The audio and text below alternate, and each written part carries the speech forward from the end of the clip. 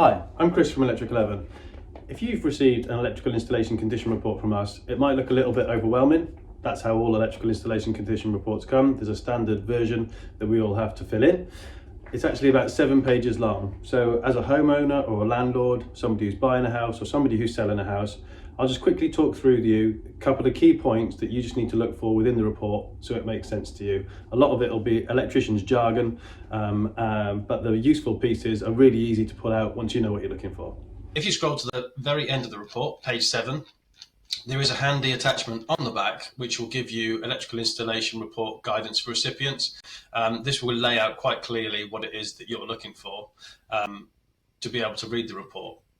In brief, what you're really looking at as a homeowner or somebody who's buying a property, the key piece, especially if you're a landlord, is you want to go to number 5, summary of the condition of the installation. And here in big bold letters, it will either say unsatisfactory or satisfactory. If it says satisfactory, normally for most people, that means excellent, my installation is safe for continued use, and you probably wouldn't take any further action.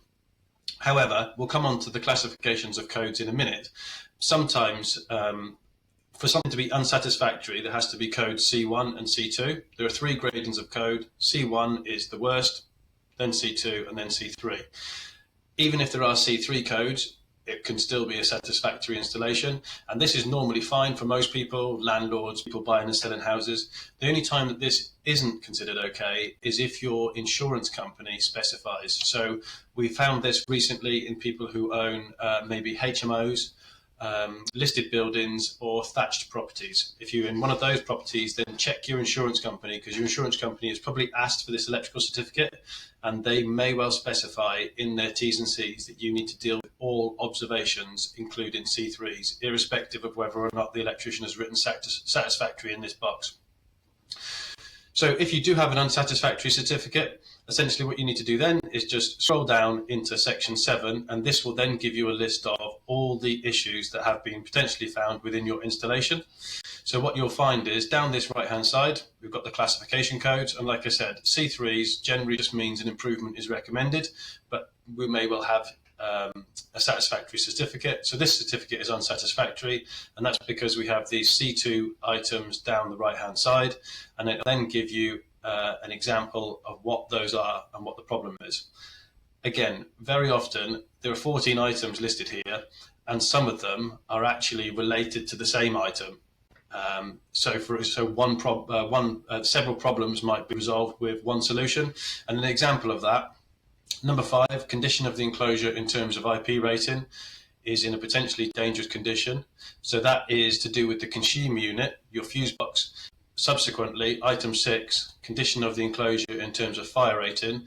That basically just means that you've got a plastic or a wooden consumer unit or a wooden fuse board or a plastic fuse board, and it needs upgrading. So essentially both items 5 and 6 will be resolved if you replace the fuse board. So again, although you've got this list of observations that will tell you what the problems are that the electrician has found, we have to write them like this. This is the way that we have to set out the certificate. If you get an EICR report done by Electric 11, we will send you the report, and very quickly afterwards we will then send you a quotation to rectify the observations that we've seen in the report. And normally we just send a quotation to rectify the C1s and the C2s, and as part of that quotation, after we've finished, we will then also send you another satisfactory electrical installation condition report post having done our works. So I hope you found this useful. Essentially, of the 7 pages, that is all you really need to look at is the satisfactory or unsatisfactory and the observations and the recommendations that need to be taken